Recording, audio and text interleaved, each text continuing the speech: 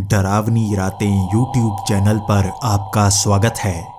भूत प्रेत, पिशाच और शैतानों की रोमांचक कहानियां आपको इस चैनल पर सुनने को मिलती हैं। अगर आपको ऐसी ही वीडियोस देखना पसंद है तो हमारे इस चैनल को सब्सक्राइब करना ना भूलें। तो हेडफोन लगा लें, कमरे की लाइट्स ऑफ कर लें, क्योंकि ये वक्त हो रहा है डरने का।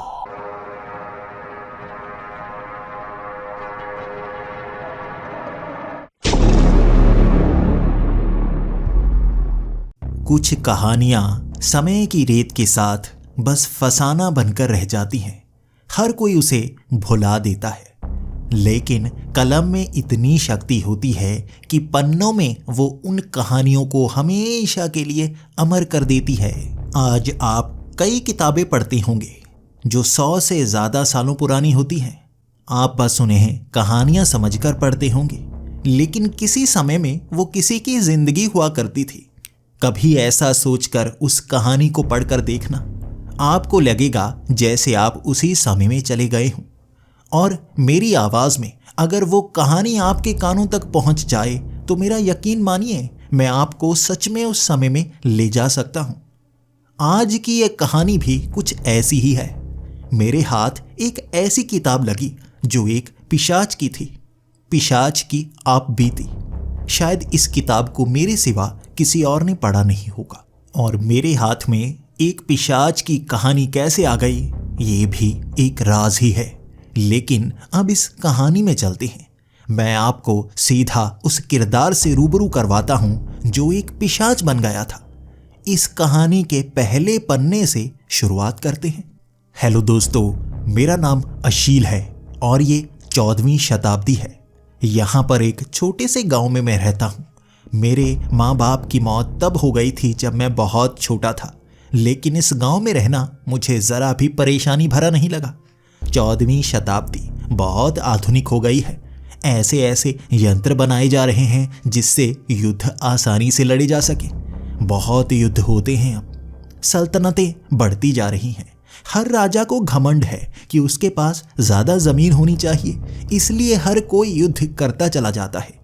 कोई भगवान के नाम पर युद्ध करता है तो कोई ज़मीन के नाम पर, कोई औरत के नाम पर युद्ध करता है तो कोई खून का बदला लेने के लिए युद्ध करता है। लेकिन ये युद्ध सिर्फ कुछ इंसानों तक सीमित नहीं रहता। इसमें कुछ मासूम भी इस तरह से पिस जाते हैं कि उन्हें मालूम तक नहीं होता। और यही तो 14वीं शताब्दी है। नए नए हथियार बनाए जा रहे हैं और उन हथियारों से मुझे बहुत ज़्यादा डर लगता है। मैं तो साधारण जंगल में जाकर कुछ लकड़ियाँ इकट्ठा करना पसंद करता हूँ, खाने का सामान इकट्ठा करना पसंद करता हूँ और घर आकर खाना खाकर खुशी मुझे मिलती है उन जानवरों से खेलने में। मैंने 3 कुत्ते पाल रखे हैं और छोटे से झोंपड़े में रहते हुए उन कुत्तों से मैं हमेशा खेलता रहता हूँ। मैं अपनी उम्र अभी आपको बताना नहीं चाहता, लेकिन मैं कुत्तों से खेलते समय ऐसा महसूस करता हूँ जैसे सदियों से मैं धरती पर ही हूँ। शायद आपके कई जन्म होते होंगे, आप दोबारा धरती पर आते होंगे। मैं भी ऐसा ही महसूस करता हूँ जैसे कई जन्मों से मैं बस यहीं आसपास के इलाकों में जन्म लेता रहता हूँ। मैं जंगल में जाना बहुत पसंद करता हूँ, वहाँ घूमना, युद्ध से दूर। यहाँ पर तो ऐसा माहौल रहता है, कभी कोई राजा यहाँ हमला कर देता है, कभी कोई राजा यहाँ पर हमला कर देता है। हर किसी को अपनी सल्तनत बड़े करने का शौक है और मैं इसमें पिसना नहीं चाहता, इसीलिए ज़्यादा समय जंगल में बिताता हूँ। कभी कभी हमें अपना इलाका छोड़कर भागना भी पड़ जाता है। पिछले 3 सालों से मैं अपने घर को छोड़कर जंगल में बसा हुआ हूँ। यहाँ पर एक नया गाँव बसा, मैं भी वहीं पर रहना शुरू हो गया।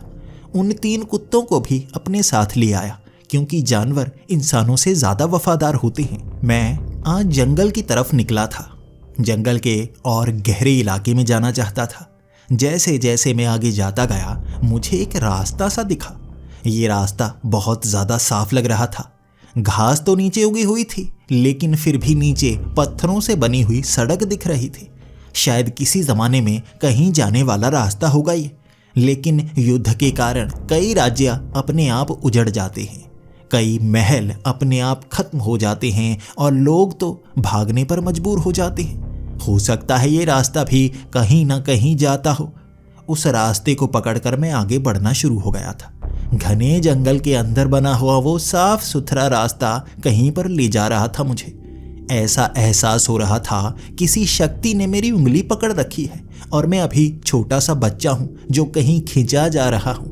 उस शक्ति को मन में समाये हुए मैं आगे बढ़ रहा था। शायद ये मेरे मन का वहम था, लेकिन कुदरत आपको बिल्कुल माँ की तरह महसूस करवाती है। वो आपको बुलाती है और मैं भी उसी की गोद में जाने जा रहा था। मैं आगे बढ़ता गया और एक टूटे फूटे घरों वाला इलाका वहां सामने दिख गया। ये किसी जमाने में कोई गांव हुआ होगा, पत्थरों से बने हुए घर। आसपास मुझे बहुत सारे ऐसे घर दिखे थे जिन्हें देखकर मेरी आंखें खुली की खुली रह गई थी। लेकिन सबसे पहले ध्यान तो मुझे इस चीज का आया, कुछ ना कुछ मिल जाए मुझे। अगर इन घरों में किसी जमाने में कोई लोग रहते होंगे तो शायद खाने पीने का सामान या खाना बनाने वाले बर्तन ही मुझे यहाँ पर मिल जाएं। एक एक करके वो पत्थर के बने हुए घर मैं खंगालता जा रहा था, लेकिन पत्थरों के सिवा उनके अंदर मुझे कुछ नहीं मिला। एक एक करके सारे घर खंगाल लिए, मुझे कुछ न मिला। सामने एक टूटा हुआ मंदिर था। इस मंदिर का आकार बहुत ज्यादा अलग सा लग रहा था। ऐसे आकार के मंदिर यहाँ जंगल में नहीं पाए जाते और आसपास के इलाकों में भी मैंने ऐसे मंदिर नहीं देखे। हो सकता है दक्षिण भारत में ऐसे मंदिर बनाए जाते हों। मैं कभी दक्षिण भारत में नहीं गया। बहुत लंबा सफर होता है, कई राज्यों के बीच से निकलना पड़ता है। मेरे दादाजी मुझे बताया करते थे, वो दक्षिण भारत एक बार गए थे और हर कोई उनकी बात बहुत ज़्यादा सुना करता था, क्योंकि आसपास के जितने भी गांव थे कोई दक्षिण भारत तक नहीं गया। उन्हें लगभग 7 दिनों तक चलना पड़ा था। कई बैलगाड़ियों में बैठना पड़ा था। घोड़े राज्यों को पार नहीं कर सकते क्योंकि उन पर टैक्स लगता है, लेकिन बैलगाड़ियां आप अलग अलग राज्यों में पहुंचा सकते हैं छोटा सा कर देकर। मैं भी कभी दक्षिण भारत में जाऊंगा, वहां के मंदिर बहुत ज्यादा प्रसिद्ध हैं। लेकिन आज इस जंगल में मैंने ऐसा मंदिर देखा था जो जिंदगी में कभी नहीं देखा। इसके अंदर जाऊं, वहां पर भी कुछ सामान तो मिल ही जाएगा, लेकिन नहीं, भगवान के घर से चोरी नहीं की जाती। देखकर बाहर आ जाऊंगा, कोई भी चीज को हाथ नहीं लगाऊंगा। अगर वहां पर कोई अच्छी मूर्ति भी हुई तो सफाई करके बाहर आ जाऊंगा, भगवान को नाराज नहीं करूंगा। ये सोचकर मैं उस मंदिर के अंदर चला गया था। बहुत विशाल आकार का मंदिर बना हुआ था, लेकिन जैसे ही मैं अंदर पहुंचा, अंदर अजीब अजीब आकार थे। वो दीवारों पर उकेरे गए आकार किसी भगवान के नहीं लग रहे थे। बड़े बड़े दांत थे, जैसे कोई दानव हो। लेकिन हो सकता है किसी ज़माने में इस भगवान की भी पूजा की जाती हो, जो बहुत ही डरावना नज़र आता हो। मैंने सुना तो नहीं, लेकिन फिर भी मैं किसी के साथ बिना इज्जत के व्यवहार नहीं कर सकता। मंदिर के अंदर उन आकारों को देखकर मुझे डर लग रहा था। मैं आंखें मूंद लेता, नज़रें झुकाकर आगे बढ़ने लगता। उस मंदिर का आकार बहुत बड़ा था और बड़े से हॉल से गुजरते हुए उन खंभों से आवाज़ें आ रही थी। हाथ से छूते ही उन खंभों से जैसे ध्वनि उत्पन्न हो रही थी। वो धातु के खंभे नहीं थे बल्कि पत्थर के थे, लेकिन आवाज़ें धातु जैसी। जैसे जैसे आगे चलता जा रहा था, पाँव में भी एक आवाज़ गूंज रही थी। वो फर्श पत्थर का था लेकिन धातु की तरह आवाज़ कर रहा था। नंगे पाँव था मैं और पैरों में मुझे छोटे छोटे कंकर चुभ रहे थे। मेरे पिताजी ने कहा था, बड़े होकर अपने लिए जूते बना लेना। किसी जानवर को मारकर उसके मांस के जूते बहुत अच्छे से काम आते हैं, लेकिन मैं किसी जानवर को मारना पसंद नहीं करता। चमड़े का इस्तेमाल करना मुझे बिल्कुल भी गवारा नहीं है, इसीलिए ज़्यादातर नंगे पाँव रहता हूँ। लेकिन पहली बार कोई ऐसा पत्थर देखा था जिस पर नंगे पाँव चलते हुए भी आवाज़ें कानों में गूंज रही थी। उस गलियारे से निकलकर मैं सामने एक छोटे से कमरे में पहुंच गया। उस छोटे से कमरे में एक बड़ा सा छेद बना हुआ था, जिसके अंदर से रोशनी निकल रही थी। ऊपर भयानक भयानक आकार बने हुए थे और छोटे छोटे इशारे भी दिए गए थे कि मुझे उस छेद के अंदर हाथ डालना होगा।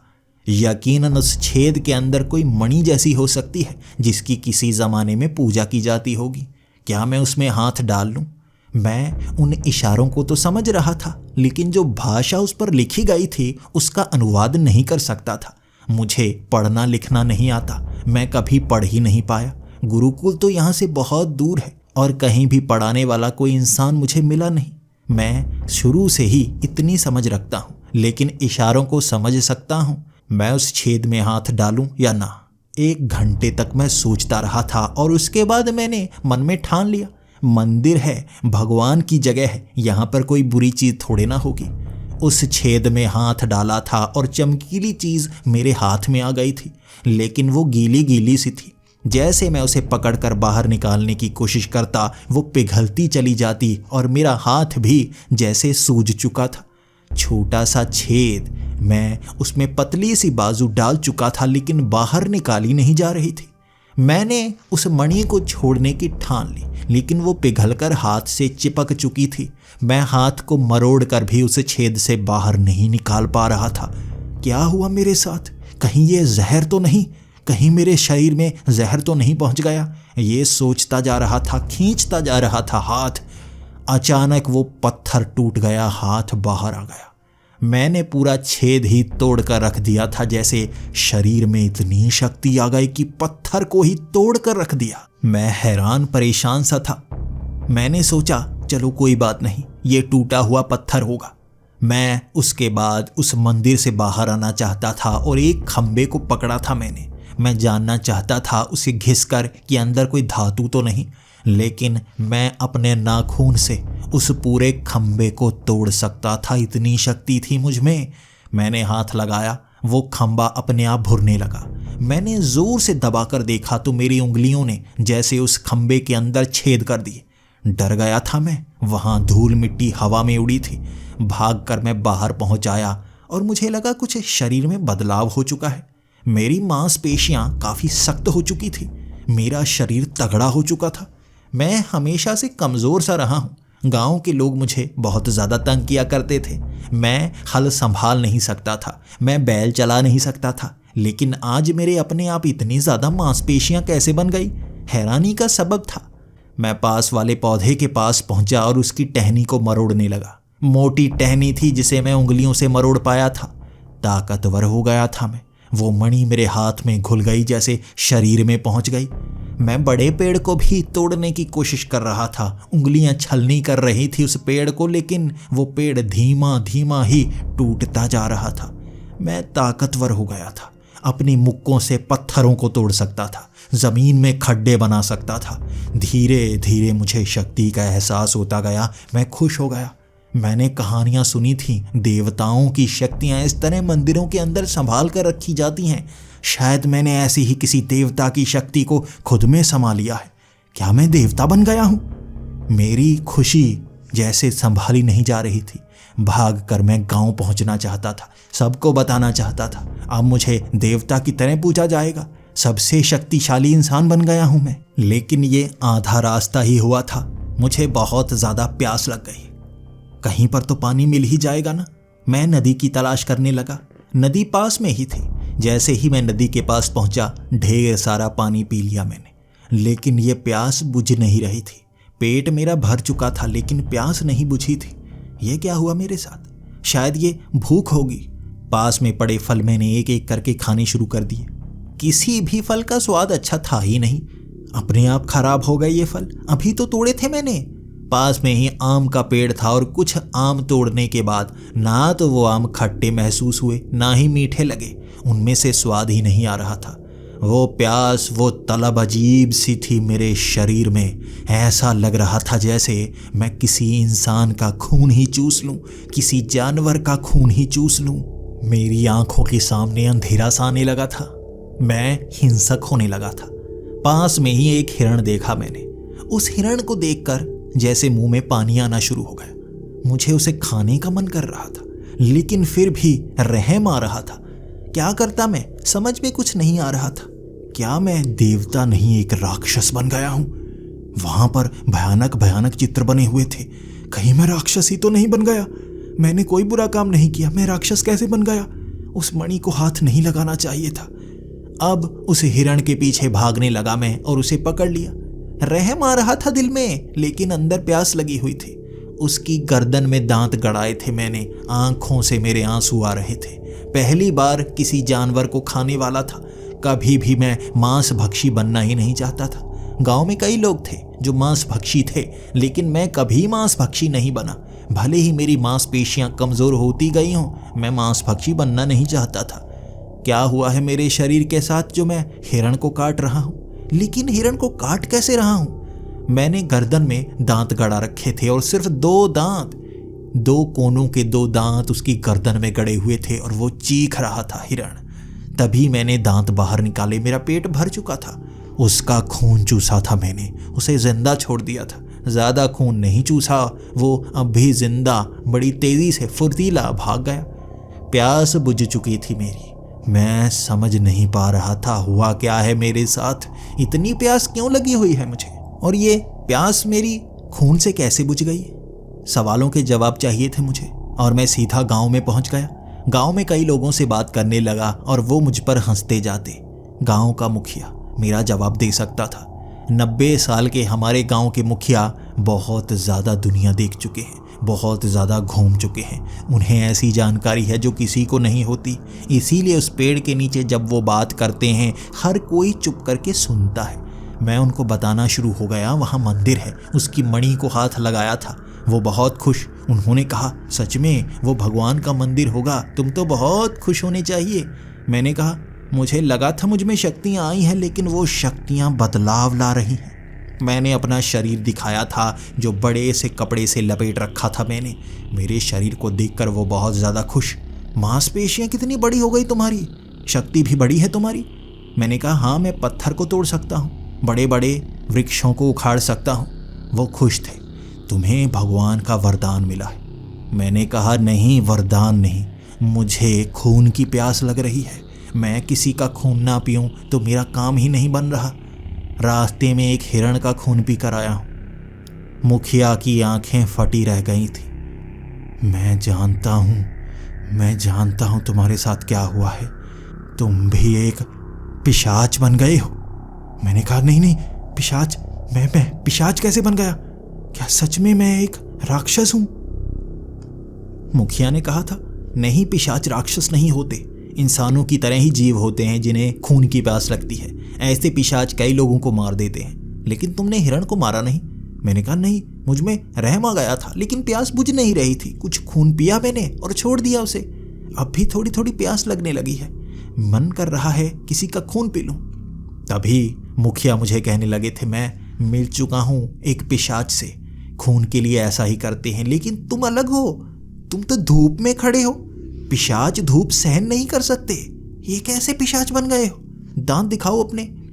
मैंने अपने होंठ ऊपर की तरफ किए। मेरे दांत साधारण थे। तुम्हारे दांत तो साधारण हैं, तो तुमने खून कैसे पिया? तभी उनकी उंगली को देखकर मन करने लगा जैसे उंगली में छेद कर दूं। मन किया और दांत लंबे से अपने आप बाहर आ गए। बड़े बड़े 2 दांत निकल आए थे। आंखें मेरी चमकने लगी थी। मुखिया पीछे गिर गए। अरे, मुझे मत काटना। मैं तभी कहने लगा, नहीं, आपको नहीं काटूंगा, लेकिन अपनी उंगलियां मेरे मुंह से दूर रखे। मन करता है काटने का। अंदर से तलब उठती है जैसे कोई नशा किया हो मैंने। तब मुखिया ने कह दिया था, मैं जानता हूं तुम हो तो पिशाच ही, लेकिन तुम धूप में रह सकते हो। तुम गांव से दूर ही रहना। तुम्हारे अंदर तलब जागती जाएगी, तुम्हें खून पीने की तलब होगी। तुम इसका बचाव कर सकते हो। जानवरों का खून पियो, शक्ति बहुत है तुम में। लेकिन एक बात याद रखना, किसी को मारना मत। खून बस इतना पीना कि महसूस ना हो किसी को। रात के वक्त जब सोए हो तब खून पी सकते हो। तुम्हारी लार से अपने आप शरीर सन्न हो जाएगा और तुम खून पी पाओगे। लेकिन गांव से दूर रहना। मुखिया मुझे गांव से दूर रखना चाहते थे और मैं क्या करता? उनकी बात मान ली। मैं धूप को सहन कर पा रहा था और उनकी बातों के अनुसार एक पिशाच धूप सहन नहीं कर सकते। मैं जंगलों में भटकने लगा, जानवरों का खून पीने लगा।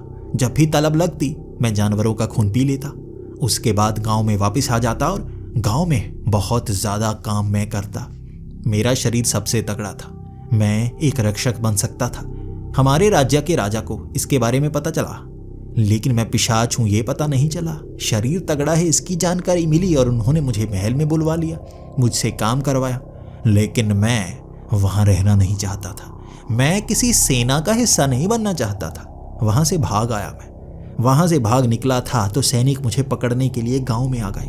वो लोगों को मारने वाले थे, लेकिन मेरा कहर था वो। मेरा शरीर कितना तगड़ा है मैं तब जान पाया था। मेरे शरीर को साधारण हथियारों से भेदा नहीं जा सकता, मैं ये जान गया था। 100 सैनिक थे जिन्हें अधमरा करके वापस भेजा था मैंने, और राजा की तरफ से संदेश आया था, युद्ध करना होगा मुझे। गांव वाले मुझे उस गांव से भगाना चाहते थे। कई लोगों को पता था मैं एक पिशाच हूँ, मुखिया को भी पता था मैं एक पिशाच हूँ। उन्होंने मुझे उस गांव से भगा दिया, लेकिन मैं छिपकर गांव में देख रहा था आखिर सैनिक करते क्या हैं। उन सैनिकों ने फिर से उन गांव वालों को मारना चाहा और मैंने फिर से उन सैनिकों को मार दिया। 100 के बाद 1000 सैनिक आए थे, मुझसे युद्ध कर नहीं पा रहे थे। उन तलवारों से मुझे भेदा नहीं जा सकता था, और उन 1000 सैनिकों को अधमरा करके भेजा था। एक को मैंने बिल्कुल सही सलामत भेजा था, इस संदेश के साथ, अगर लाख भी भेजे तो इस बार जिंदा वापस नहीं आएंगे। और मैं वादा करता हूँ, जिस राज्य का सैनिक यहाँ पहुँचा उसके राजा को अपने हाथों से मारूंगा मैं। ये संदेश काम कर गया। वो राजा बहुत ज़्यादा डर गया था, और उसके बाद उसने कई स्वर्ण मुद्राएं उस गांव में भिजवाई थी और माफ़ी मांगी थी। उसने ये भी कहा था, दोबारा कभी सैनिक वहाँ किसी को तंग करने के लिए नहीं आएंगे। गांव वाले बहुत ज़्यादा खुश थे। उन्होंने अच्छे घर बना लिए। स्वर्ण मुद्राओं का इस्तेमाल किया जाने लगा। जो कर ये गांव वाले दे रहे थे वो देने की अब ज़रूरत नहीं थी। हर कोई जैसे मुझसे डरने लगा था। लेकिन समय बदलता है, और मेरा भी बदला। इस गांव में एक ऐसा इंसान आया हुआ था जो भूत पिशाचों को पकड़ा करता था, उन्हें मारा करता था। जैसे ही वो इस गांव में पहुंचा, मेरे बारे में उसे जानकारी मिल गई थी। वो जानता था मैं एक पिशाच हूँ, लेकिन पूरी जानकारी नहीं थी कि मैं क्या क्या कर सकता हूँ। मेरा सामना उससे उस गुफा में हुआ था। उस अंधेरी गुफा में वो मुझे मारना चाहता था। उसके पास वो हथियार थे, वो चांदी की तलवारें, जिससे मेरे शरीर में हुआ घाव ठीक नहीं हो रहा था। शरीर भेदा जा रहा था मेरा। एक कोने में पड़ा मैं जख्मी उससे माफ़ी मांग रहा था। मुझे माफ़ कर दो, मैंने ज़िंदगी में जो जो किया है मुझे माफ़ कर दो।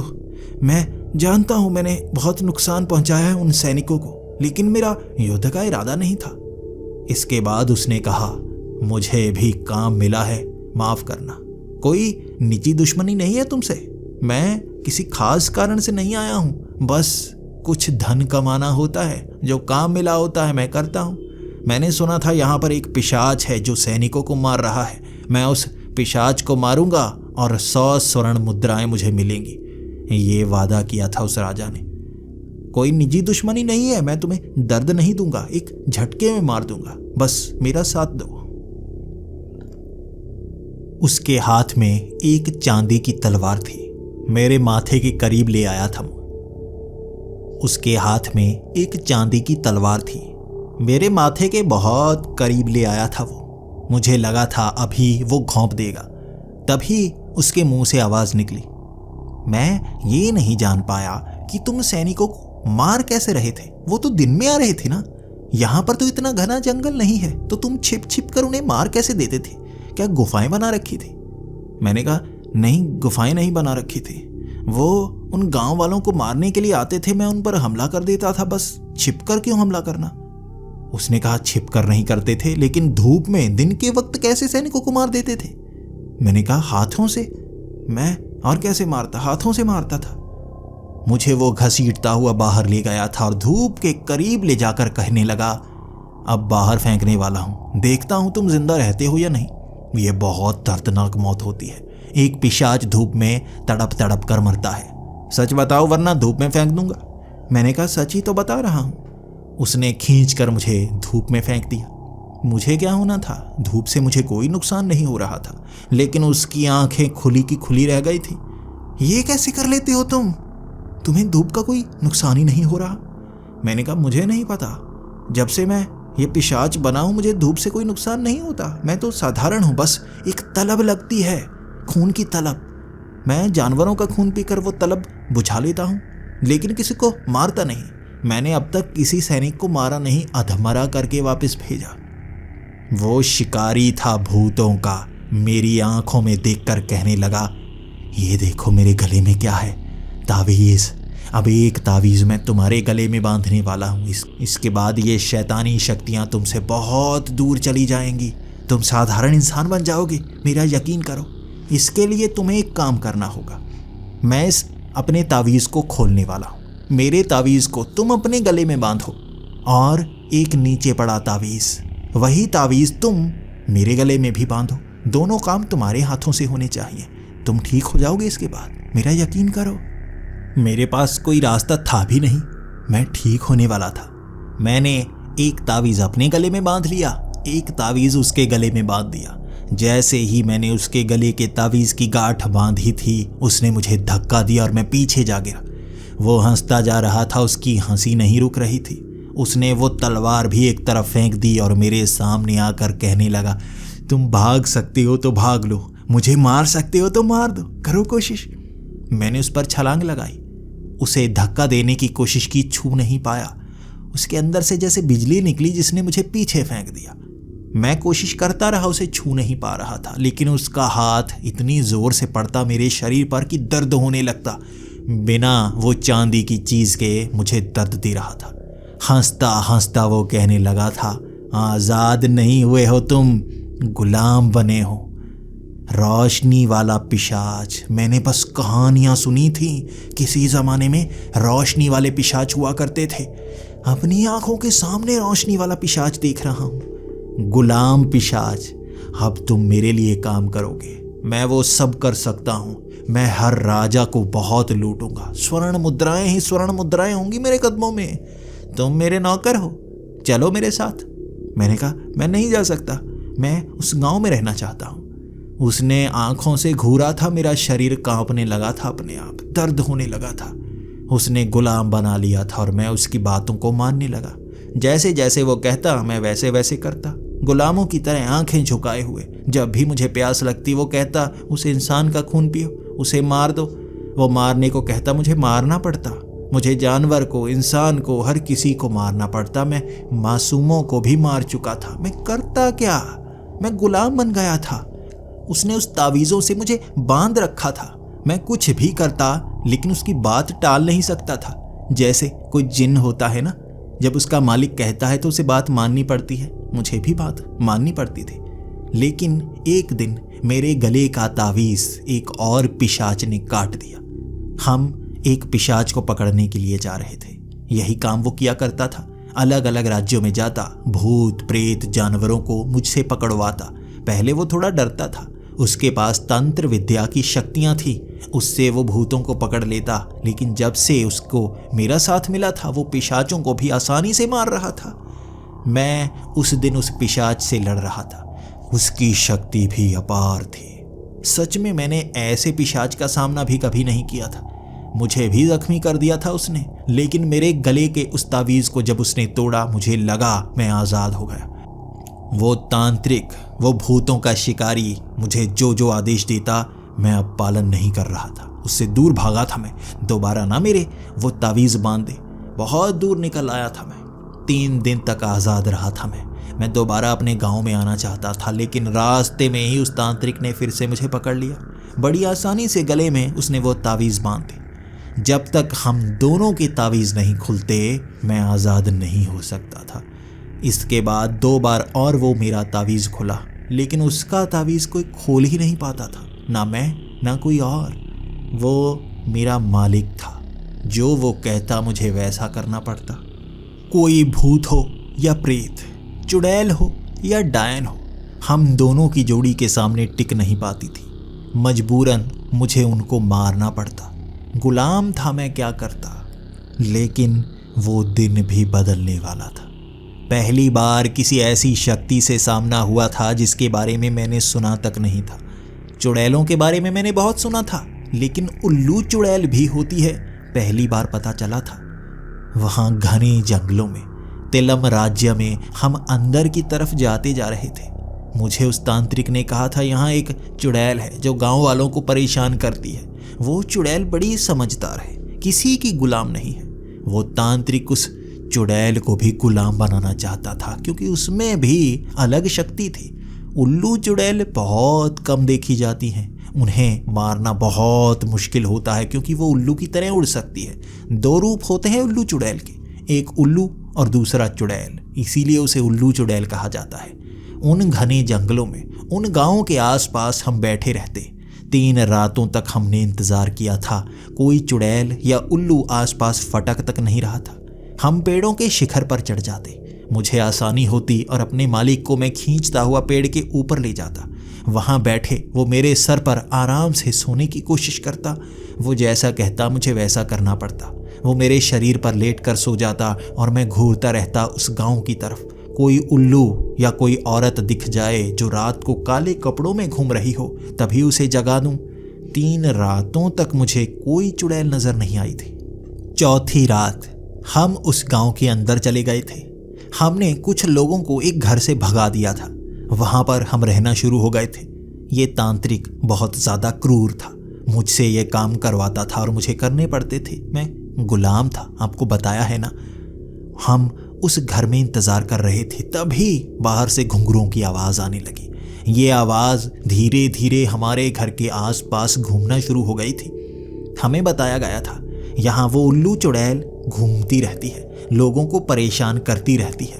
उसे ये गांव खाली चाहिए। उसने कई लोगों पर हमला किया था, किसी को मारा नहीं था, लेकिन जख्मी बहुत लोगों को कर चुकी थी। इस गांव में जादूगर रहा करते थे जो चुड़ैलों को यहाँ पर कैद किया करते थे, लेकिन इस उल्लू चुड़ैल ने उन जादूगरों को भी यहाँ से भगा दिया। कई जादूगरों ने अपनी शक्तियों का इस्तेमाल किया, लेकिन उल्लू चुड़ैल है ही बहुत समझदार, हर किसी को हरा देती है।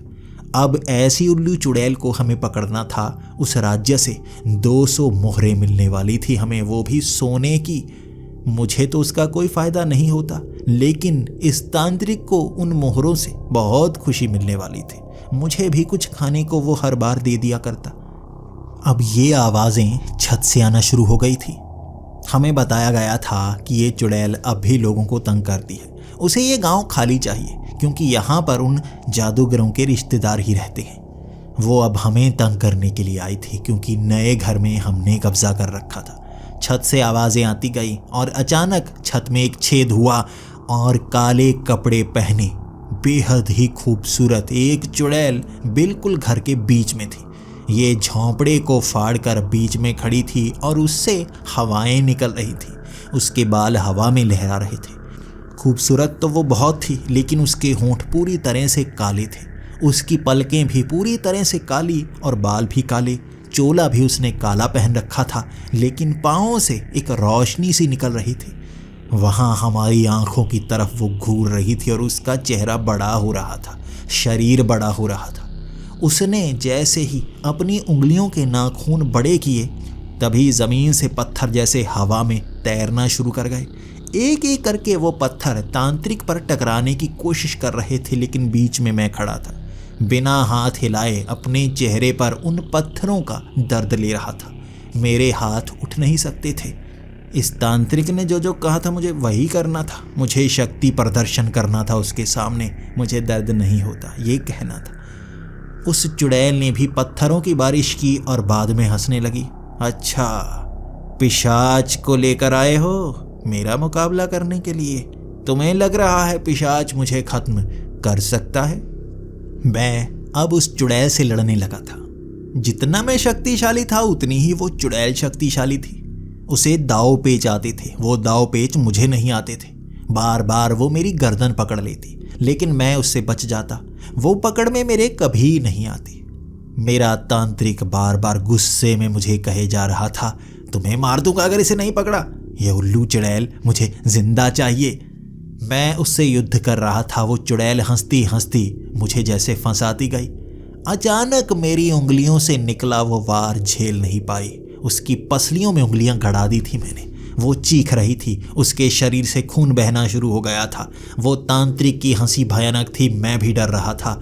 मेरी उंगलियां और शरीर के अंदर गड़ती गई और उसकी चीखों पर दया आ रही थी। भले ही वो एक चुड़ैल थी जिसने जादूगरों को तंग किया था, लेकिन फिर भी इस तरह से बेरहमी दिखाना कहाँ तक सही है? वो तांत्रिक अपनी शक्तियों से मेरे शरीर पर कंट्रोल कर रहा था। मैं उंगलियां बाहर निकालना चाहता था ताकि इसकी गर्दन पकड़ पाऊं, ताकि इसे दर्द कम हो और इसे मैं जकड़ लूं। लेकिन वो तांत्रिक उसे दर्द देना चाहता था, उसकी चीखें सुनना चाहता था। कराह रही थी वो चुड़ैल, मुझे तरस आ रहा था। तभी मैंने अपनी पूरी शक्ति लगाई और उंगलियां उसकी पसली से बाहर निकाल ली। मैं उसे गर्दन से पकड़ना चाहता था, लेकिन वो उल्लू बनकर उस छेद से बाहर चली गई। वो उल्लू बनकर उड़ गई थी। अब मैं उसे पकड़ नहीं सकता था, लेकिन तांत्रिक ने कहा, पिशाच चमगादड़ बन सकते हैं, उसे पकड़ो। मुझे वो गुलाम चाहिए, पकड़ो बना, उसे पकड़ो वरना तुम्हें मार दूंगा और तुम्हारे गांव का विनाश कर दूंगा। उसने कहा और मैं चमगादड़ के रूप में आ गया।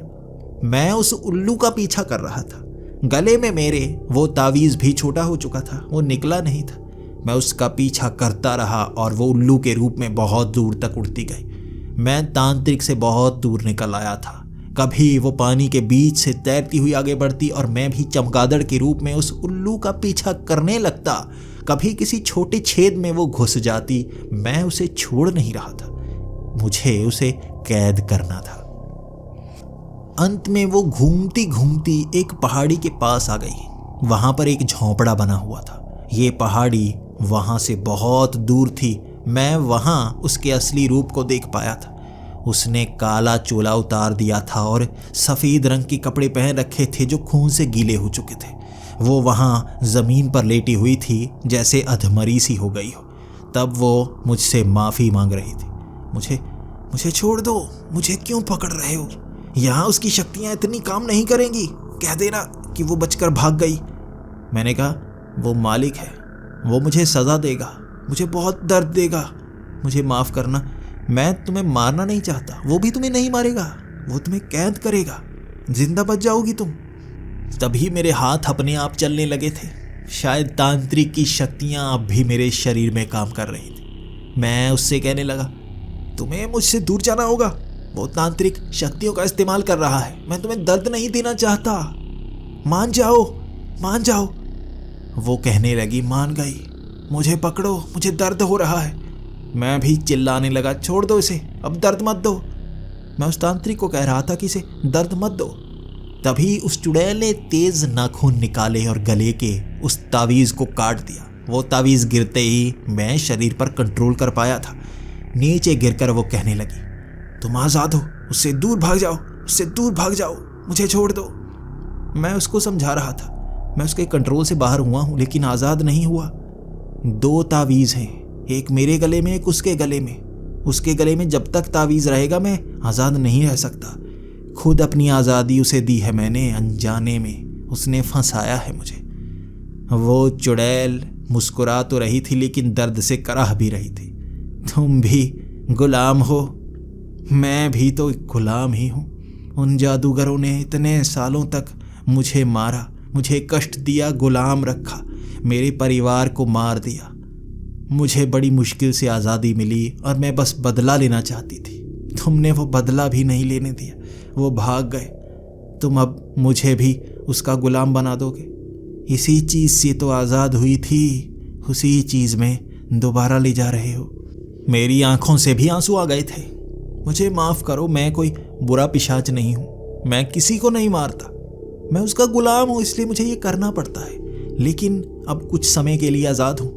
वो मेरा पीछा करता हुआ भी आता ही होगा। तुम जा सकती हो। मैं उसको कह दूंगा कि वो भाग गई मुझे हराकर, मैं दर्द सह लूँगा।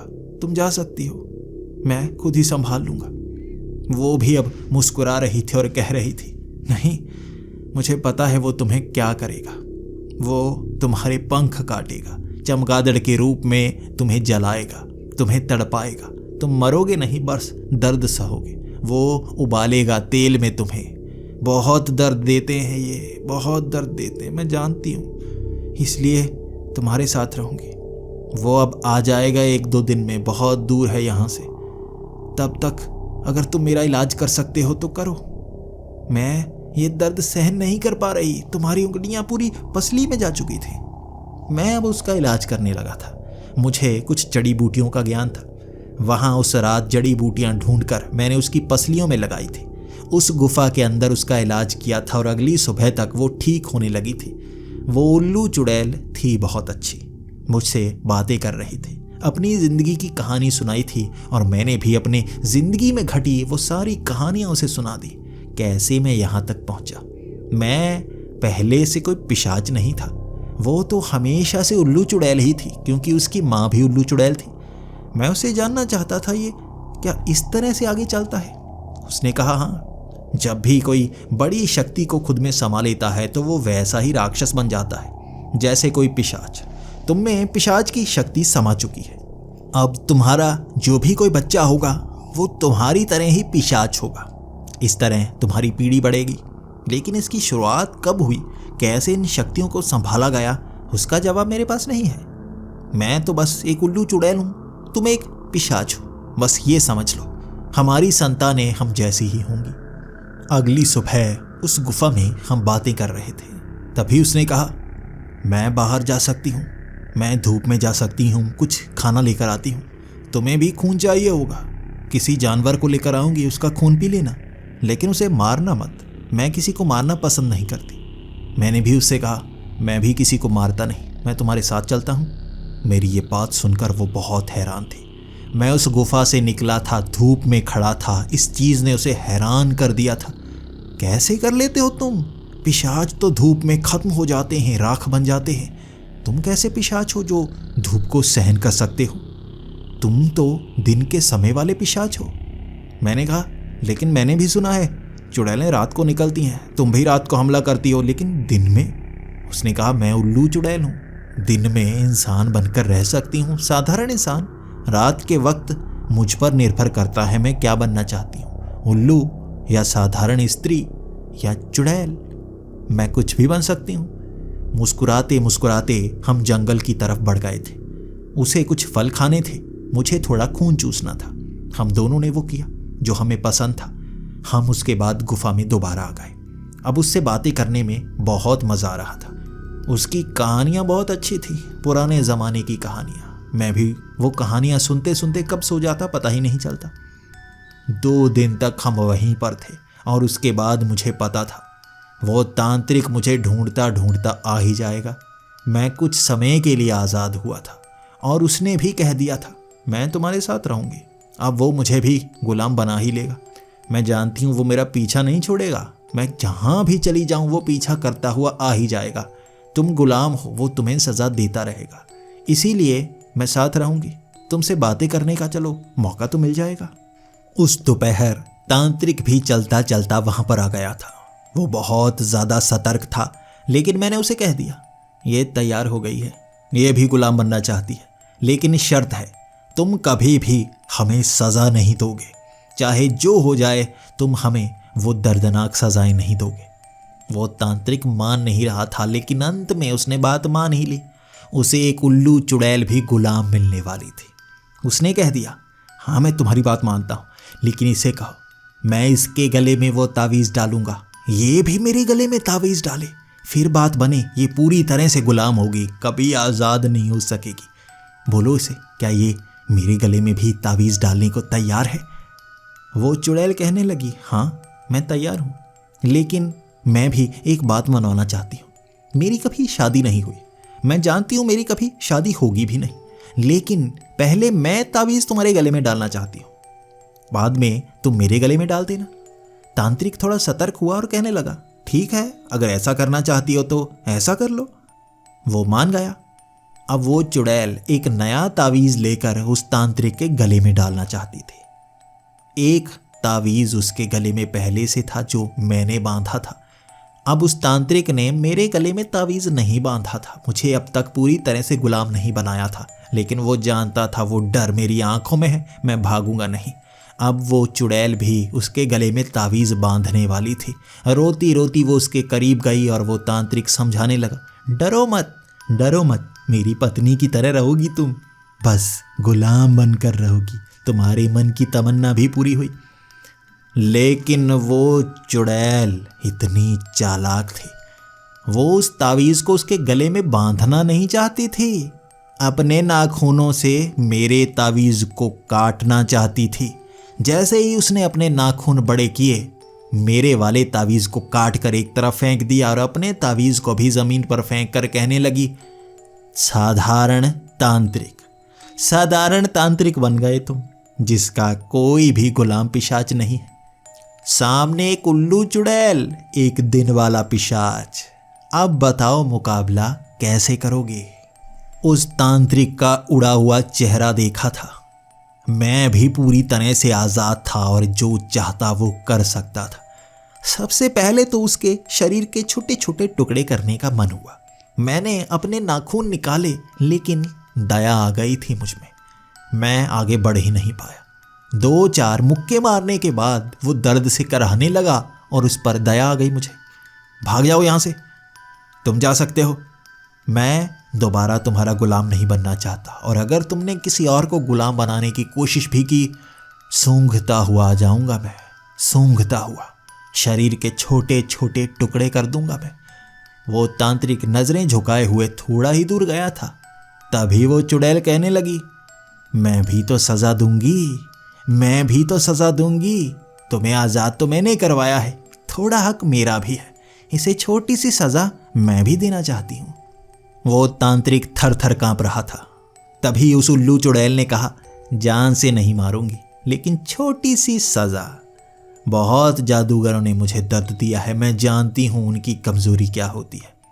उस चुड़ैल ने बड़े से नाखून बनाकर उसके गले के अंदर घुसा दिए। उसने उसकी नब्ज नहीं काटी थी गले वाली, लेकिन गले में नाखून घुसाकर अंदर की हड्डी को तोड़ दिया था। वो गूंगा बन गया था। उस चुड़ैल ने यह भी कहा, अब इसकी आवाज कभी नहीं आएगी। एक तांत्रिक और जादूगर मंत्रों का इस्तेमाल करके लोगों को परेशान करते हैं। वो हमें गुलाम भी इन्हीं मंत्रों से बनाते हैं। लो, इसका गला ही बंद कर दिया।